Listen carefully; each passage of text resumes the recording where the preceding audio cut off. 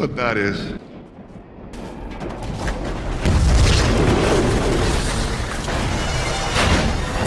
Brexit. Red line! Party dance time. Stay cool. Thor News presents I need your love. Doesn't matter what I believe. Hit the button, baby. Well, this changes things. economics, man. This is a Thor News presentation. Deal with it. Wait.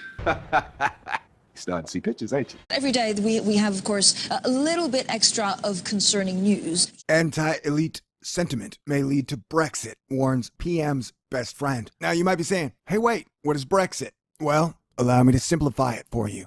Brexit is the new Grexit, bitches. What does that mean? It means that right on cue, Britain is threatening to leave the European Union. And along with it, the euro. That wonderful currency of peace. Asterisk. That was instituted in 1999, making all of Europe share the same fiat currency. And from then, the problems began. And now we've had a euro crisis almost yearly. Remember Greece the last 3 years?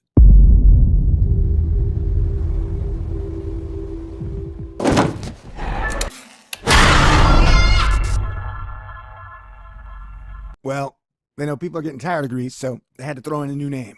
So right on cue, Britain is threatening to leave the EU and the euro just long enough to destabilize markets, allowing fat cats to scoop up more middle-class 401k dough and raid pension funds while creating the instability. You might be asking yourself, how long must we wait for this contrived bukkake kabuki theater to play out? Well, the middle of the summer, buddy. That's how long.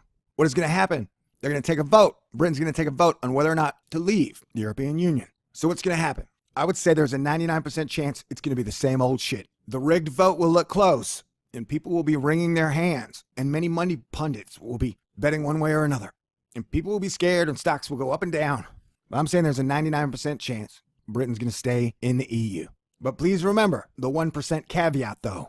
The markets will crash the exact moment the mammon masters want it to. No sooner and no later. So unless you have super secret Iron Bank 13 info, I wouldn't bet on a Brexit, bitches. And remember, bitches is a zero-hedge financial term of endearment, yo. So when I call you guys bitches, that means I like you. And P.S., you guys smell like socks and comfy pants. So I don't know. Maybe shower, change your socks, put your big girl panties on, and adorn your big boy pants, if you can. Because I'm going to read this article. All right. Now that I've educated everybody, it's April 2nd. David Cameron's so-called best friend in European politics has warned the Prime Minister that he has made a potentially catastrophic miscalculation by calling an EU referendum that could spark the disintegration of Europe as we know it. And I think we all know, behind every president or prime minister, there's an iron banker telling him what the hell to do. Fredrik Reinfeldt, the former prime minister of Sweden, who spoke at the Conservative Party conference in 2006, told The Telegraph that he fears his old friend is in danger of losing the EU referendum on June 23rd because of the rising anti-establishment sentiment in Europe. See, now, here's what they're going to do. They're going to push it, be like, oh yeah, Britain's probably going to leave. And that's probably going to cause the euro to slowly collapse like dominoes. And so you'll hear a lot of people talking about Britain leaving. You might even hear the vote close and in favor of leaving. But my gut says it's not going to leave. Just like Greece didn't leave and Greece didn't leave again and then Greece didn't leave again, you know? Bailout city. They got to cause some type of turbulence in the market. Mr. Reinfeldt, a center-right modernizer who regularly exchanges text messages with Cameron, said his own experience of being dumped out of office in 2014, despite being dubbed the rock star of recovery, had taught him how fickle electorates can be. It becomes an emotional vote. People think, I will vote against the elite. If this is what they think we should do, I will do the opposite. We saw that definitely in Sweden. We got an anti-elite vote in our referendum, and Britain stands a risk of that too. He recalled how losing Sweden's 2003 Euro referendum had taught him that anti-Brussels sentiment was easily capable of trumping hard-headed argument. We saw that definitely in Sweden. We got an anti-elite vote in our referendum, and Britain stands a risk of that too. I've learned that a referendum can go either way. Yeah, really? Man, votes can go either way? Okay, great. Genius. And that can easily become a discussion of other things from what you have asked the people about, that other emotions will come in. Wait, you mean people are sick of the super uber rich running the show? I understand. I'm just like, I wonder what their end game plan is. Because you'd think you'd want an end game plan where things get better for everybody.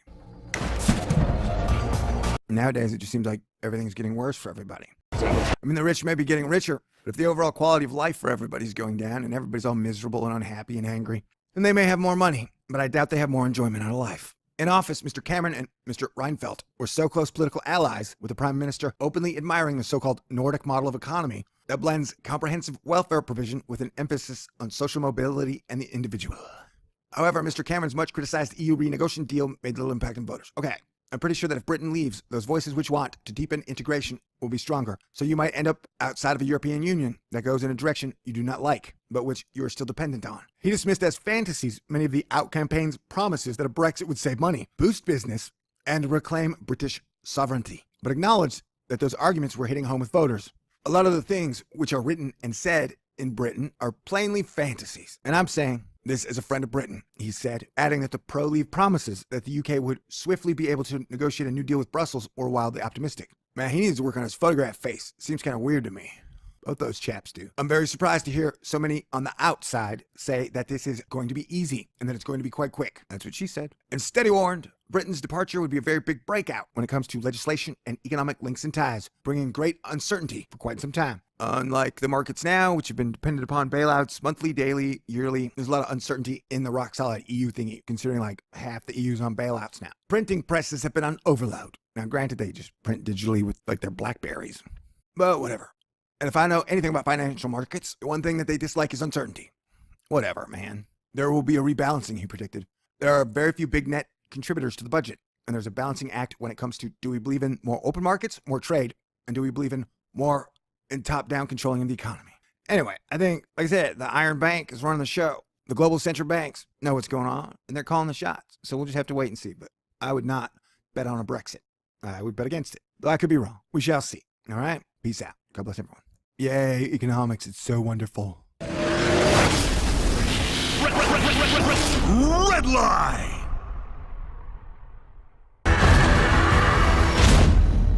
So, shall we begin?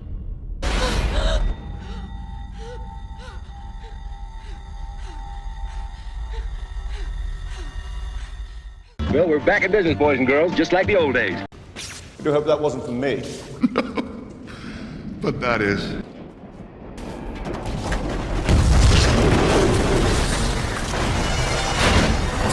Brexit. Red line! Party dance time. Stay cool. Thor News presents.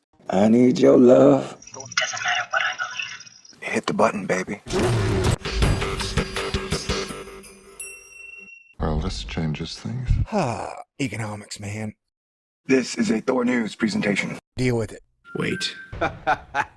Starting to see pictures, ain't you? Every day we have, of course, a little bit extra of concerning news. Anti-elite sentiment may lead to Brexit, warns PM's best friend. Now you might be saying, hey wait, what is Brexit? Well, allow me to simplify it for you. Brexit is the new Grexit, bitches. What does that mean? It means that right on cue, Britain is threatening to leave the European Union. And along with it, the euro. That wonderful currency of peace. Asterisk. That was